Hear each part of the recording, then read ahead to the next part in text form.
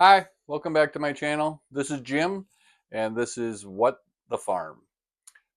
Today we're going to talk about one of our little shorts stars. His name is Tippy the Cat.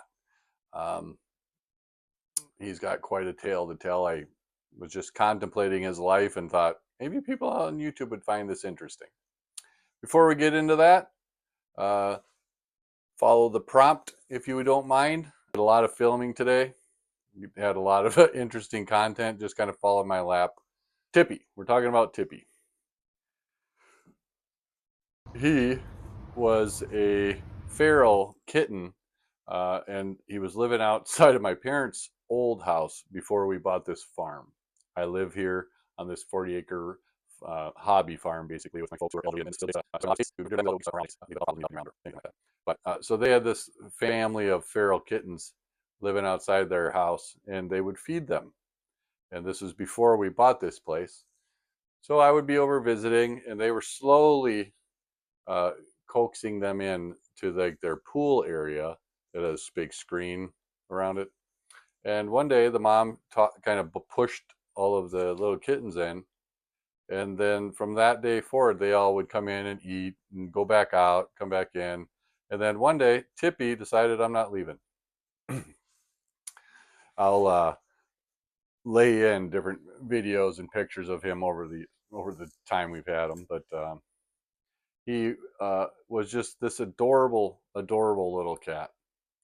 Uh, because it was a feral situation, inbreeding in that part of the state is pretty common. The siblings, three of his siblings, all had this neurologic problem with their back, where their back legs didn't work right. They were very weak. They could get around, but they were wobbly.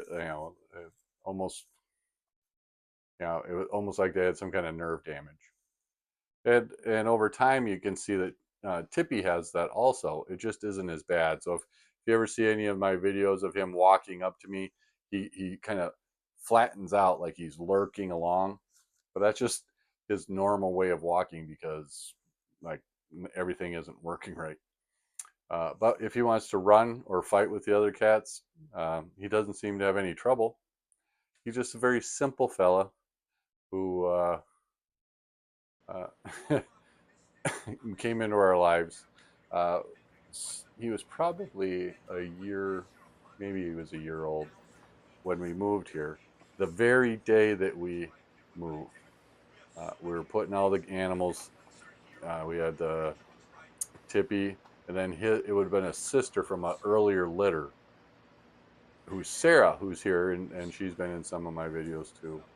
But she had a litter of kittens, and we kind of coaxed her in the same way. We didn't know she was pregnant at the time, but it didn't take very long to find out that there's going to be all these kittens. And so she brought me, I guess, so she free out of the house, and you're there, and goes up to that. Actually, I don't know Sarah. But so Tippy is the last cat. We have everyone else in crates, and they're put in a vehicle. And my mom is carrying Tippy out to they had a camper at the time, and she was going to ride with him in the camper. And she sets him in to the camper, and he bolts out the door, runs away. Can't find him, can't get him to come, can't. But we don't live in this house anymore. Closing's done, or they didn't live in this house anymore. And so after a couple hours, it was like, well, we got to go. So we left. We left him here, left him there. We came up, we moved in. She was very upset, very worried about him. My brother, who continued to live in the area, would drive by and look for him. They couldn't find him, they couldn't catch him. And so this was the week before Mother's Day. So on Mother's Day weekend, I uh, it, I drive down to the house, and I didn't tell my mom what I was doing. I show up at the house, and you can see that I found him in the backyard, like starving to death. It had only been like 10 days, and he had probably got his weight cut in half. He was completely hysterical. He didn't want to come to me. It took a very long time. I shot a few videos and I'll overlay them here. And eventually, I got a hold. I caught him, and I threw him in my truck, and because he was not interested in getting in the car, he was trying to claw me and bite me. But I got him back up here, and here you go, Mom. Happy Mother's Day. And from that moment on, anytime anything's odd, anything is like if he's getting in trouble or doing something bad and you kind of scold him or anything, he just looks at you like, I lived in the wild for 10 days having to eat God knows what because of you people just abandoned me there. And I'm just kidding. He, it was so nice to find him because he's a very kind cat, very uh, cuddly and friendly. The videos, the little shorts I've made where he's biting me, he doesn't bite me. He he puts his claws, his hands on me, but he never grabs. He doesn't hurt, and he just had a wild ride. He's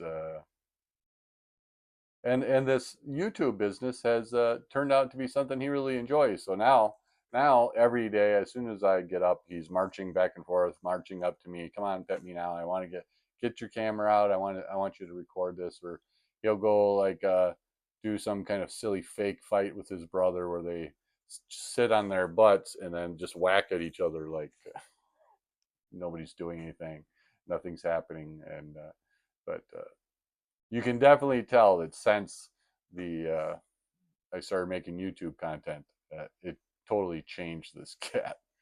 But I just thought he's had a by like my standards, it's just another day in my life. To my mom and to Tippy, they consider this some kind of super nice thing that I did. But I just knew my mom missed my Mr. Cat, and in a way, he's kind of my cat now. But he still cuddles with her and sleeps with her and follows her around, and it's all up in her mess.